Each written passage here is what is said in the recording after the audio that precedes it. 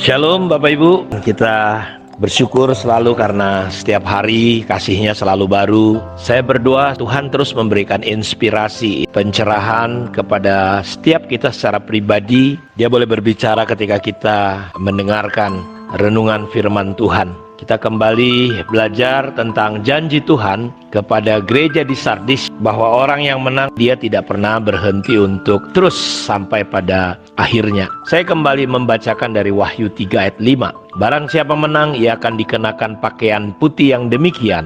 Aku tidak akan menghapus namanya dari kitab kehidupan, melainkan aku akan mengaku namanya di hadapan Bapakku dan di hadapan para malaikatnya. Jadi ketika orang-orang percaya mengalami kemenangan sampai pada akhirnya, dia setia seperti Rasul Paulus sampai akhir hidupnya. Ada sebuah penelitian bahwa hanya 70% orang yang berhasil finishing well.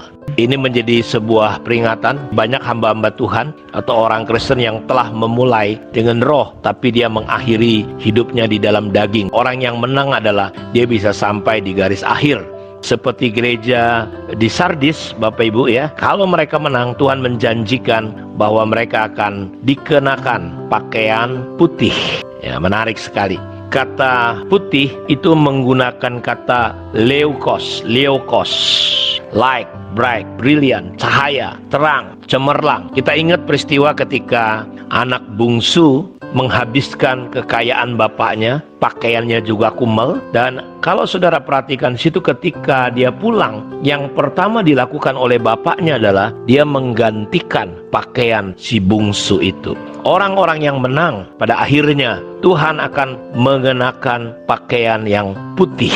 Ya, dikatakan seperti liokos itu adalah pakaian yang bercahaya, pakaian yang terang, cemerlang.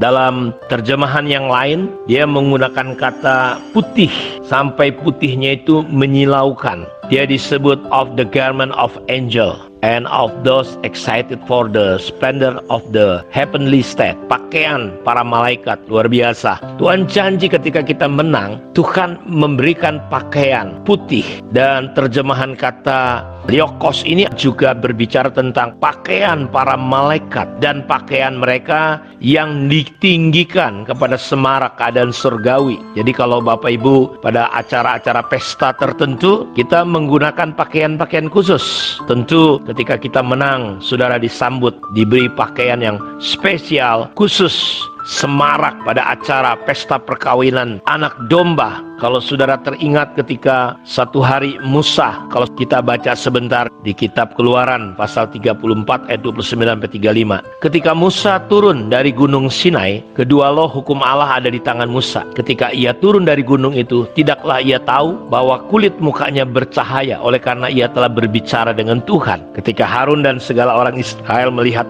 Musa tampak kulit mukanya bercahaya, maka takutlah mereka mendekati dia. Tetapi Musa memanggil mereka, maka Harun dan segala pemimpin jemaat itu berbalik kepadanya, dan Musa berbicara kepada mereka. Sesudah itu mendekatlah segala orang Israel, lalu disampaikannya lah kepada mereka segala perintah yang diucapkan Tuhan kepadanya di atas gunung Sinai. Setelah Musa selesai berbicara dengan mereka, diselubunginya lah mukanya. Tetapi apabila Musa masuk menghadap Tuhan untuk berbicara dengan dia, ditinggalkannya lah selubung itu sampai ia keluar. Dan apabila ia keluar, dikatakannya lah kepada orang Israel apa yang diperintahkan kepadanya. Perhatikan, apabila orang Israel melihat muka Musa, bahwa kulit muka Musa bercahaya, maka Musa menyelubungi mukanya sampai ia masuk menghadap untuk berbicara dengan Tuhan. Jadi kata liokos itu ya, pakaian putihnya itu sampai bersinar-sinar seperti yang kita baru saja baca dengan hidup Musa, bercahaya sedemikian rupa. Dan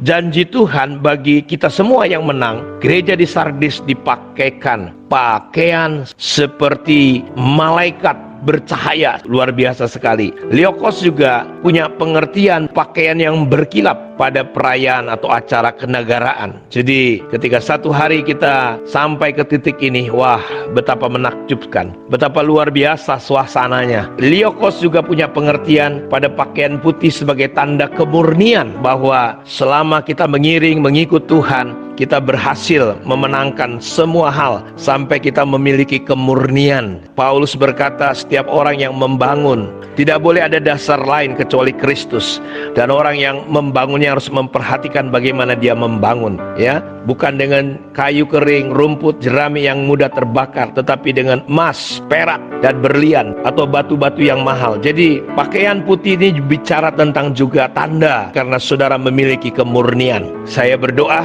kita bisa saja gagal jatuh seperti anak yang hilang. Dalam Lukas 15 ayat 22, saya tutup dengan ayat ini. Tetapi ayah itu berkata kepada hamba-hambanya, lekaslah, bawa kemari jubah yang terbaik, pakaikanlah itu kepadanya, dan kenakanlah cincin pada jarinya dan sepatu pada kakinya. Jadi yang pertama digantikan adalah pakaian yang sudah kotor, pakaian yang bau, pakaian yang tidak layak pakai. Tuhan menggantikan dengan pakaian yang terbaik, yaitu pakaian putih, pakaian yang berkilau-kilau seperti malaikat. Dan biarlah kebenaran ini mendorong kita untuk lebih semangat untuk kita menjadi pemenang. Tuhan memberkati kita semua. Shalom.